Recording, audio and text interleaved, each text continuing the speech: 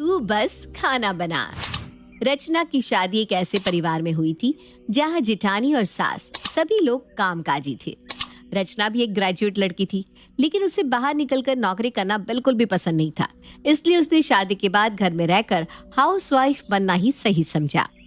सास शशि और जेठानी कशिश प्राइमरी स्कूल में टीचर थी और इसलिए सुबह सुबह तैयार होकर वो दोनों अपने अपने काम पर निकल जाती और पीछे से इतने बड़े घर की सारी जिम्मेदारियां अकेले रचना के कंधों पर आ जाती।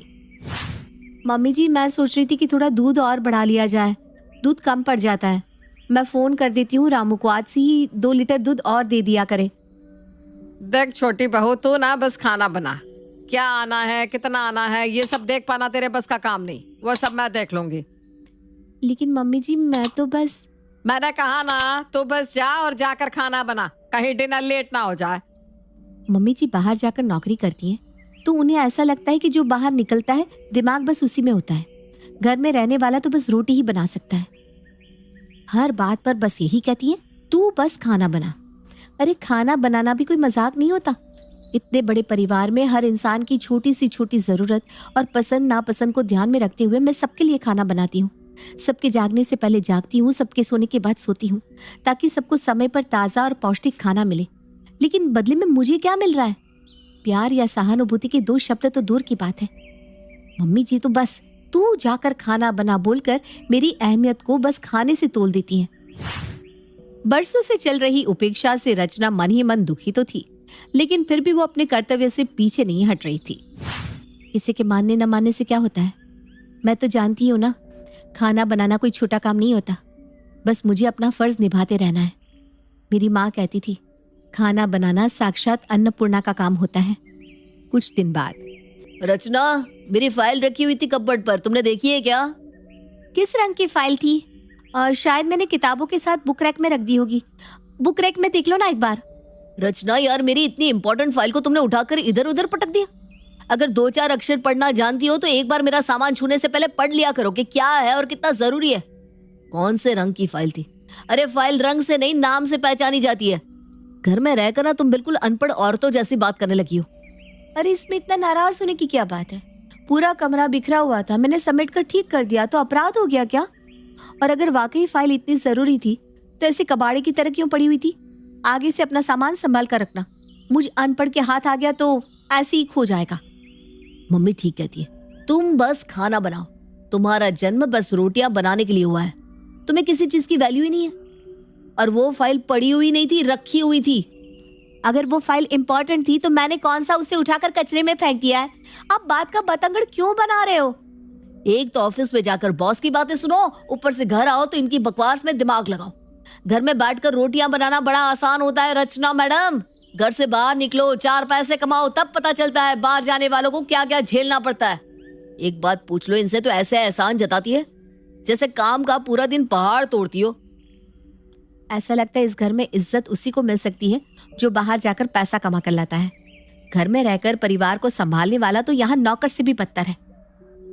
माना कि आप लोग बाहर जाकर पैसे कमा कर लाते हैं, लेकिन मैं घर में रहकर कितने पैसे बचाती हूँ उसकी कोई अहमियत नहीं है। बड़ी बड़ी बातें करने से तो कुछ नहीं होता रचना। खाना तो कोई भी बना लेता है। 4 पैसे कमाने के लिए कोई गुण होना जरूरी होता है। आज अगर मैं तुमसे कहूं कि जाओ 1000 रुपया कमा कर दिखाओ, तो क्या करोगी? घर चलाने के लिए पैसों की जरूरत होती है और वो कमाने पड़ते हैं। इसलिए जो कमा कर लाता है इज्जत तो उसे ही मिलेगी। रचना समझ गई थी कि इस घर में उसकी कद्र करने वाला कोई भी नहीं है, इसलिए उसने किसी से भी उम्मीद करना बंद कर दिया था। भाभी, गुड्डू के नंबर कम आ रहे हैं। मुझे ऐसा लगता है कि हमें उसकी ट्यूशन चेंज कर देनी चाहिए। शायद इस टीचर का पढ़ाया उसे समझ में नहीं आ रहा। अरे रचना, अब तुम मुझे सलाह दोगी कि बच्चों को ट्यूशन कौन पढ़ाएगा कौन नहीं? बच्चों के सिलेबस के बारे में तुम्हें पता ही क्या है? कभी बुक खोलकर देखी है उनकी? तुम एक काम करो, तुम ना अपना खाना बनाओ, क्योंकि वो काम तुम बहुत अच्छे से कर लेती हो। बाकी के काम देखने के लिए मैं हूं ना, मैं सब संभाल लूंगी। आज तक तो बस मम्मी जी और सूरज जी मुझे खाना बनाने के लिए ताना मारते थे, लेकिन अब तो भाभी भी उनकी देखा देखी में मुझे बातें सुनाने लगी है। बस बहुत हो गया, अब मैं और नहीं सहन करूंगी। मुझे भी खुद को साबित करके दिखाना होगा। लेकिन ऐसा क्या करूं कि मैं भी 4 पैसे कमा सकूं, मुझे भी घर में इज्जत और सम्मान मिल सके। क्यों ना मैं अपनी कुकिंग की वीडियो बनाकर सोशल मीडिया पर डालूं, शायद लोगों को पसंद आने लगे। अगले ही दिन सबके ऑफिस जाने के बाद अकेले में रचना किचन में अपने मोबाइल से खाना बनाते हुए अपने वीडियो शूट करके उन्हें सोशल मीडिया पर डालने लगती है। अरे वाह, मेरी वीडियो पर तो बहुत सारे व्यूज आने लगे हैं और मेरी रेसिपीज भी लोगों को बहुत पसंद आ रही है। कमेंट में लोग बार बार यही कहते हैं, इतना लजीज खाना खाने के लिए वो पैसे भी देने को तैयार है। अगर मैं सचमुच अपना बनाया खाना सेल करने लगूं तो शायद कुछ कमाई भी हो सकती है। कुछ देर सोचने के बाद रचना वीडियो में अपना मोबाइल नंबर जोड़ देती है। मैडम, क्या सचमुच में आपके हाथ का बना खाना मिल सकता है? हाँ हाँ, क्यों नहीं, लेकिन आपको मेरे घर से आकर ले जाना होगा। मैं होम डिलीवरी नहीं करवा सकती। कोई परेशानी नहीं, मैं आपके घर के पास ही रहती हूँ। मैं आधे घंटे में अपना ऑर्डर लेने के लिए आती हूँ। तब तक आप ना कढ़ाई पनीर और दाल मखनी पैक कर दीजिएगा। जी जी, बिल्कुल पैक कर देती हूँ। आप 40 मिनट के बाद आकर ले जा सकती हैं। रचना को अपने कानों पर यकीन नहीं हो रहा था। उसे सचमुच आज अपना पहला ऑर्डर मिला था।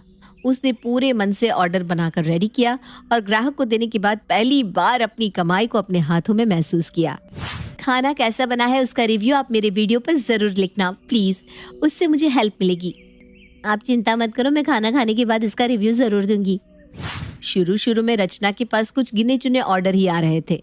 हर बार ऑर्डर को डिलीवर करते समय वो सबसे यही रिक्वेस्ट करती कि वो लोग उसके बने खाने का रिव्यू उसके चैनल पर जरूर लिखे।